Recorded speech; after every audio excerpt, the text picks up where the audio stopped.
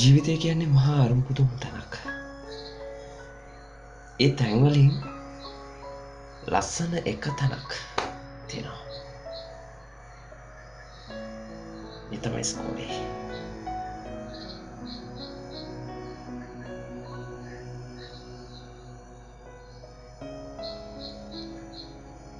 වගේ ජීවිතේ ඉස්කෝලේ කොච්චරනම් වෙනස් කරන්නේ නැද්ද? හිතන්න. ඔය ඉස්කෝලේ ගියේ නැත්තම් වගේ ජීවිතේ මොනතරම් වෙනස් වෙන්න තිබ්බද? වගේ ජීවිතේ කොච්චර වෙනස් කරාද? හොඳට අහගන්න. අවසානයේදී අහන්න. වගේ සුන්දර අතීතය ඉස්කෝලේ මම වාට මතක් කරන්න.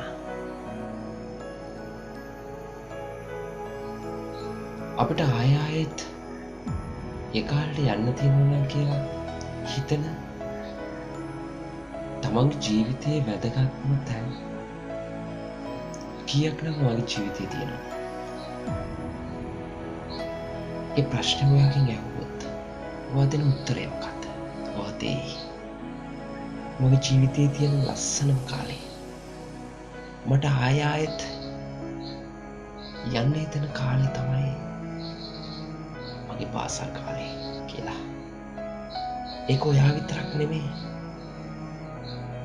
මේ ලෝකේ හැමෝටම දැනෙන දෙයක්.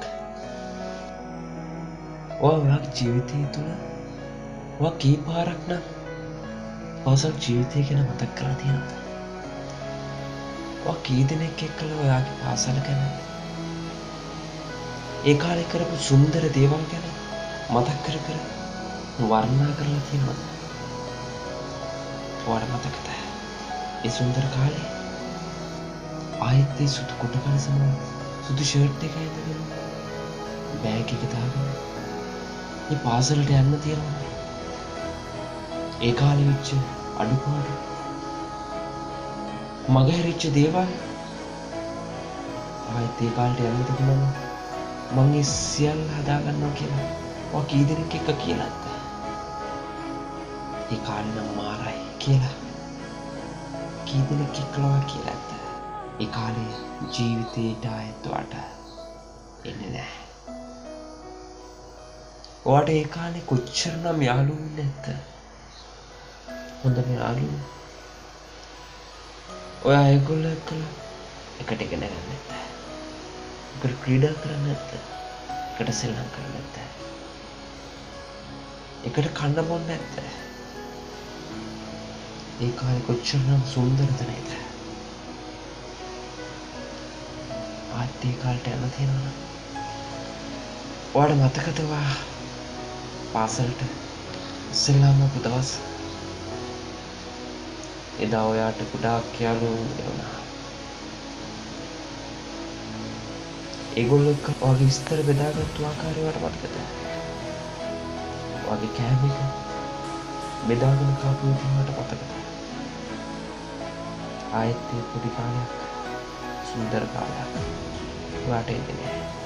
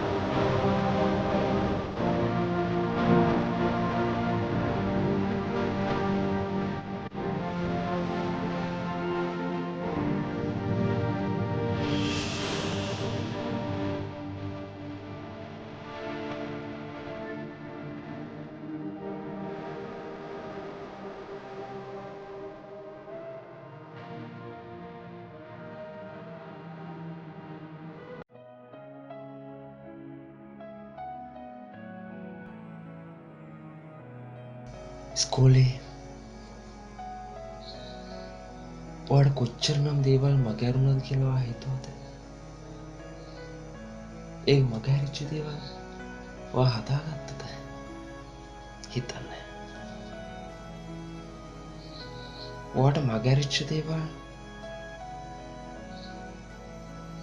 ඔයාගේ පුතාට ඔයාගේ සහෝදර සහෝදරයන්ට කිව්වද? මට මෙන්න මේ දේවල් මගහැරුණා. ඔයාලා ඒව මගහැර ගන්න එපා කියලා ඔයා කිව්වද? ඔයා ඉස්සර ඉස්කෝලේ උත්සවයක් තියෙන දවසකට කලින් දවසේ ඉඳන් කොච්චර මහන්සියෙන් කොච්චර සතුටින් යාළුවොත් එක්කලා ඒකේ වැඩ කරලා සතුටු වෙන්නේ නැද්ද? ඒකට රැලි වෙනකම් ඔයා වැඩ කරන්නේ නැති. ඔයා කවදාවත් ගෙදර ගමේ ඒ වගේ මහන්සියලා වැඩ කරලා තියෙනවද? නෑ. පාසලේ තියෙන සුන්දරත්වය වෙන කොහෙන්වත් අපිට ලබන්න බෑ. මේ ටික හොඳට අහගන්න. ඔයාට ඉස්කෝලෙන් හොඳ දේවල් වගේ මගහැරිච්ච දේවල් ගොඩක් තියෙනවා. මං ඒවා එක එක මතක් කරන්නේ.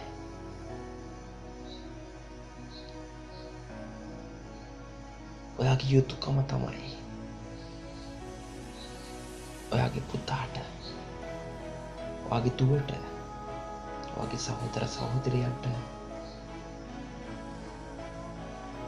ඒවා නොකරන්න අවවාද කරන එක. එයාලට කියන්න හොඳින් ඉගෙන ගන්න. ඒ දේ නම් කවදාවත් මගහැර ගන්න එපා කියලා කියන්න. ඔයාට පුළුවන්. දරුවන් සරණයි.